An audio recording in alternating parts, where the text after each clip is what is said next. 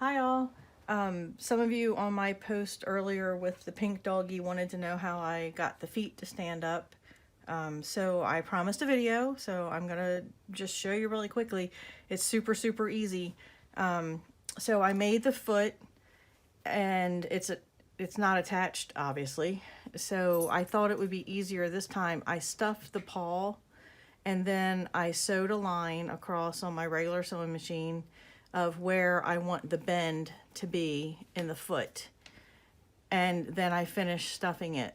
I'm gonna try bending them and sewing them on the one that I have in progress now, because I just might save me a step and I can do it in between making the other parts and pieces. So it's stuffed. All I did was get matching thread. I've got a knot here, as you can probably see. And all I'm going to do is bend it on that sew line, and I'm just going to tack it up. It's roughly 1/4 to 1/2 inch-ish. So I'm going to do the tacks like that in the fold. I'm going to bury my thread so that it can't be seen. And I'll just knot it off, and when I knot it off, I'll run it up the leg and pull it out so that there'll be no loose threads for any little babies to get a hold of. So it's super simple. And then when you attach it, it's already in the bent position to go against the body, and it'll sew across the top here to attach it to your doggy. So hopefully that helps. I usually do about 3 tacks. I do one here, one in the middle, and one on the side, and I'll loop it a couple times just so it's a secure tack. So hopefully that helps you. See y'all later. Bye.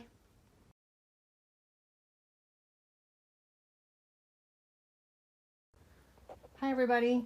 I did a video earlier of how I do the paws that are folded up, and when I posted that on my post on Facebook, there was a nice lady that put up how she does hers, and I said I would try it on the next one that I made. So I am trying it, and it works pretty good. So I thought I would do a quick video because I promised that. So you sew your foot and you trim it, of course, and then what she said she does is she folds it where she wants the little ankle to be. So that's what I'm doing here. And then you have to separate the 2 layers once you get an idea of where you want your fold to be, and gather it up, keeping the front layer separate. And then you're going to put it on your sewing machine so that the paw print is up. So it's going to be kind of hard to see in the video, but the paw print is going to be up. I've pulled it apart so that I have a good seam.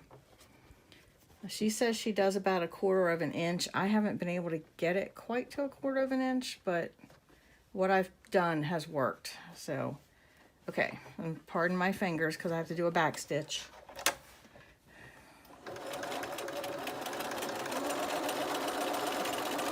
And of course I got the walking foot on and it's too thick, but it works. Okay, so we have our seam.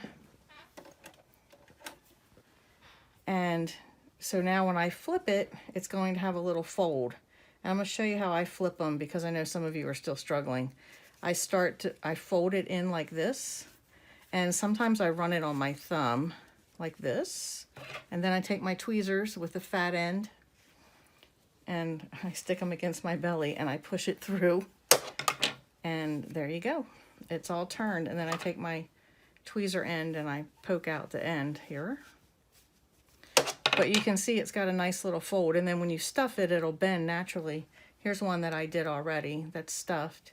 Not quite the bend as if you tack them, but it's still a nice little bend, and it's flexible, and there's nothing for little hands to get a hold of or maybe get their fingers caught in. So that's another alternative.